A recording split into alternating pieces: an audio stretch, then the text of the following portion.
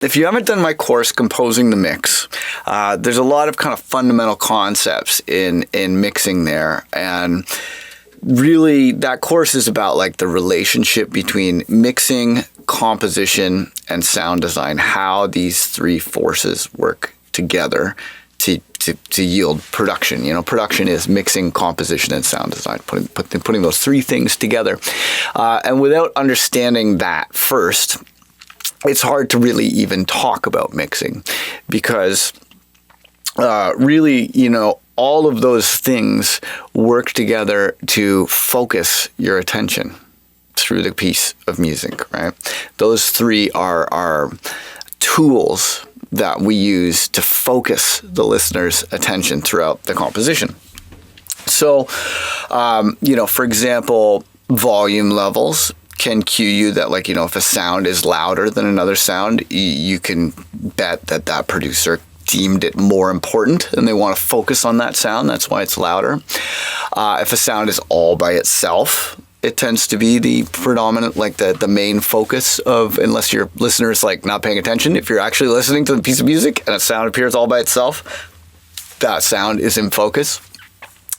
And then if a sound is like a really unusual sound or a really intricate sound or a sound that stands out with some kind of novelty to the sound design, if there's some kind of novelty to the sound design that can make a sound draw your attention, right? So we all know mixing, composition, sound design, they work together to yield focus. But people, you know, we've talked about composition, we've talked about sound design, but how do you get focus in a mix? In the Composing the Mix course, another thing that I talk about is what I call the magic question. And this is what tells you when to use which process, okay? When to do what? That's always a question people ask. When do I do what? When do I EQ? When do I compress? When do I saturate? When do I turn the volume up and down? When do I use panning?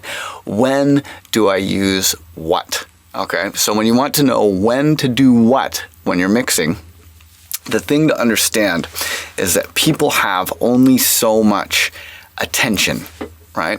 They only have so much attention, and if you pay attention to everything all at once, you become just paralyzed with information overload, okay? If you pay attention to everything all at once, you become paralyzed with information overload. So our brains are economizing our attention all the time. We are making sweeping generalizations about the world so that we know what to pay attention to and what we can ignore or predict or kind of like, you know, file away. Like, it still registers in our consciousness, but it's maybe not that important. Like, for example, I have a stereotype about keyboards that they are not predators. So I can register this keyboard in the corner of my eye and go, you know what? The likelihood of that keyboard becoming sentient and devouring me is so vanishingly small that I can safely just take that keyboard for granted and focus on something else. I'll focus on what's moving, I'll focus on a person who's talking, etc., etc., etc. So really, the main generalization that your brain is making is separating things into foreground and background, right? We pay attention to what's in the foreground, we focus on what's in the foreground, and things that are in the background, we just let them be, right? So I talk a little bit about this in my ill methodology workshop, about the different kinds of ways that your brain is separating things into figure and ground, you know, visual systems in, like, you know, for example, in the Jurassic Park, we all remember that scene in Jurassic Park where some of the characters have an encounter with the Tyrannosaurus, and the Tyrannosaurus, being a prehistoric animal with a fairly rudimentary visual system, they can hide from the Tyrannosaurus by staying perfectly still because their vision is based on motion, right? Well, it's the same thing with your ears. You know, when things are very static in a composition, you know, like long, slow pads or just the sound of rain or whatever in a piece of music, if it's not moving, if it's not kind of capturing your attention, then you just kind of file it away in the background, right? So your brain's always separating things into foreground and background, and it's usually like novelty, emergent complexity, you know, movement, you know, a sound entering the composition, a sound changing, notes changing, etc. that will draw our attention, you know. So movement often draws our attention, but aside from composition and like movement and stuff, there are certain aspects of the mix that can also draw your attention. You want to set up a foreground and a background, because most people, you know, I used to kind of dismissively say of people who listen to pop music, all they hear is the singer and the band. And I thought that meant that they, like, you know, they didn't get music, you know, they weren't a cool music head like me, so they weren't listening for all the subtleties of kicks and snares and timing and tuning and chords and blah, blah, blah, blah, blah. They just hear the singer and the band. And I used to kind of look down my nose at that way of perceiving music. But the thing is, whether you're making instrumental music or not, the audience is always separating your music into foreground and background.